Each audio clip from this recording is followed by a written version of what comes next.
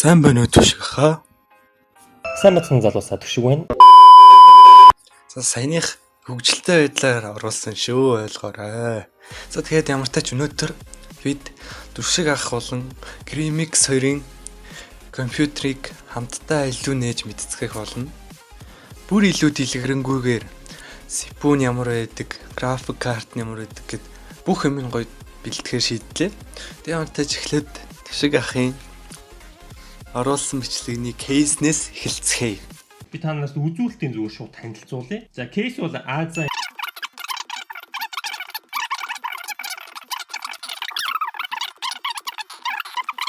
За тэгэхээр сая Аза Inferno 310 Аза Inferno 310 гэдэг их гоё дизайнтай кейс одоо ингээд зураг нэг харагдчихээн. Бүх талаас ингээ гаргаж ирж байгаа. Тэгэд кабель менежмент бол яг бусад кейснүүд чигээр нь бол даалд харагдахгүй байдлаар оруулж ирэх өгсөн байлээ. Тэгээд яг кейс дотор байгаа сенс CPU буюу график карт багтаж байгаа нь бас харин одоо CPU бол бас аюул чухал. Ryzen 7 3700X гэдэг нэртэй CPU байна. 8 core-тэй 3.6 одоо GHz хүчин чадалтай. Ryzen болохоор гол үргэлжлэгч компани. Ерөнхийдөө баг Ryzen, Intel гэж хоёр компанид аюул гол зах зээлийг эзэлдэг. Гол гэж баг энэ хоёр л байд юм шүү миний. за саяын ярьсан CPU бол AMD-ийн Ryzen гэдэг компанийн шүү төшиг хаа AMD гэдэг компанийн шүү. Энэ CPU нь бол Ryzen 7 3 дахь үе 8 цөмтэй 16 threadтэй. Тэгээ clock speed нь 3.6 GHz-тэй. Тэгээд 8 цөмтэй 16 threadтэй гэхээр энэ бол multi-thread гэсэн CPU-ний төрөлд орно. Яг иймэрхүү multi-thread CPU-гээр бичлэг янзлаад яг рендер хийхэд зүгээр нэг single thread ч юм уу те. Яг тэр CPU-нээс бол хамаагүй урдан. Саяын clock speed гэж ярьсан 3.6 GHz гэж. Тэр бол 4.4 хүртэл өсөх боломжтой. Хаах. Тэгээ socket нь бол AM4-тэй. Яг ингээ адилтгаж авч үзье гэвэл Intel-ийн Core i7 тэр нь бол адилтгахад буруутахгүй. Ганц ялгаа байгаа. Intel-ийн i7 дээр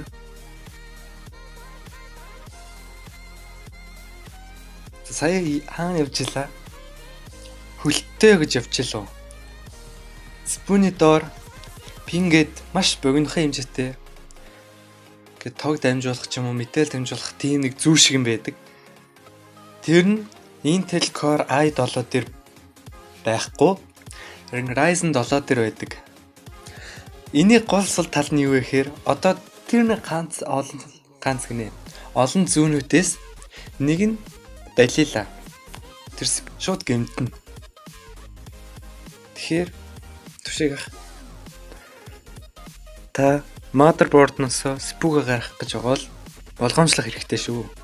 Дүрсийг бол яг дэлгэц рүү явуулдаг гол одоо төхөөрөмжүүдийн нэг нь бол видео карт. Тэгээ миний бодож байгаагаар видео карт нь энэ баг шиг байна. GeForce RTX 2070 Super гэдэг нэртэй GPU буюу graphic card. RTX 2070 Super. Аимшигтэй.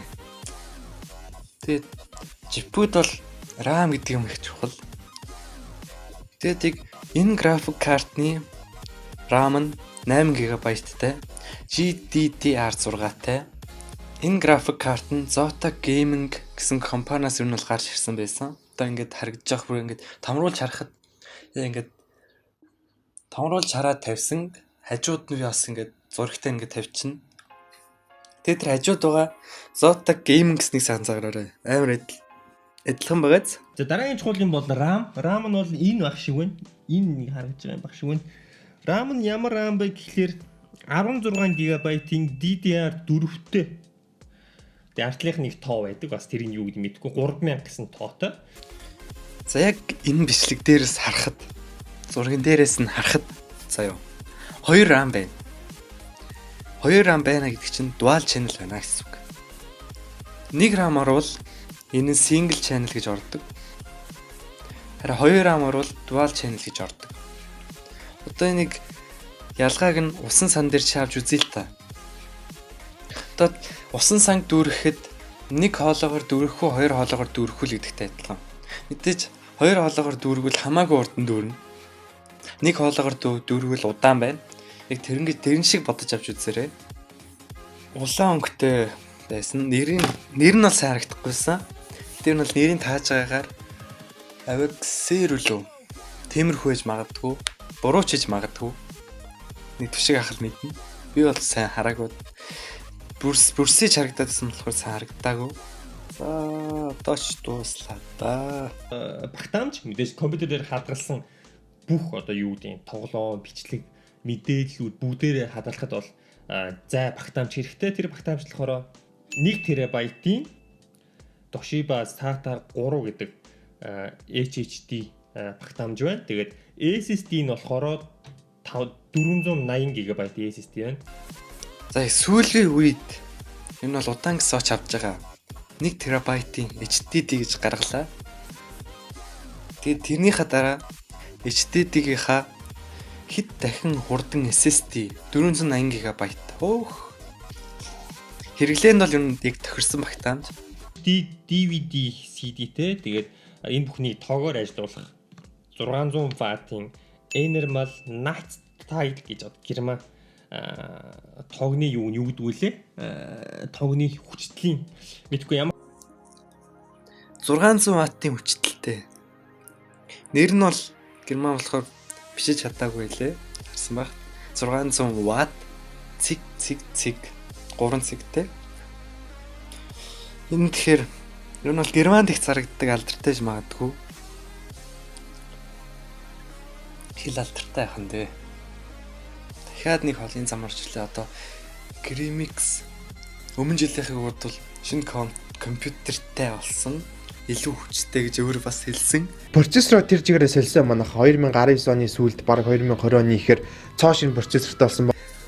Одоо ингээ оръё.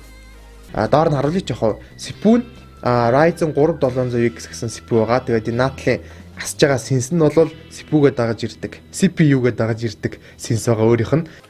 Ryzen 7 3700X гэсэн үү? Тоох. Доор нь ч тэгэж шүтсэн шүү дээ.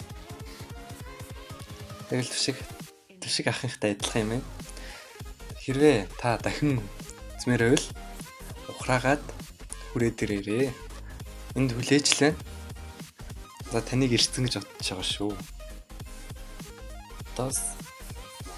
Одоо тэгвэл Тэнд дөрвөн ширхэг асаад байгаа RAM бол HyperX-ийн 1.8 GB RAM-ийн үзүүлэлттэй ингээд дөрв болохоор 32 нийт 32 GB RAM-ийн ийм асдаг RGB гэрэлтэй.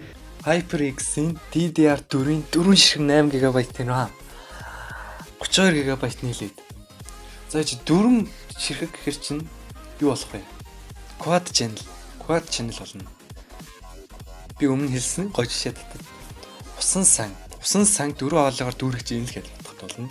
Тэгээ RGB гэрэлтэйхэр бас гоё харагдах нь байна. Шинэ бол тэгээд RGB гэрэл бол бас гоё харагддаг. Доор нэг graphic card бол байж та.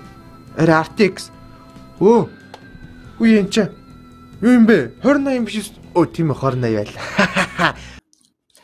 2070-аар орох гэж байсан.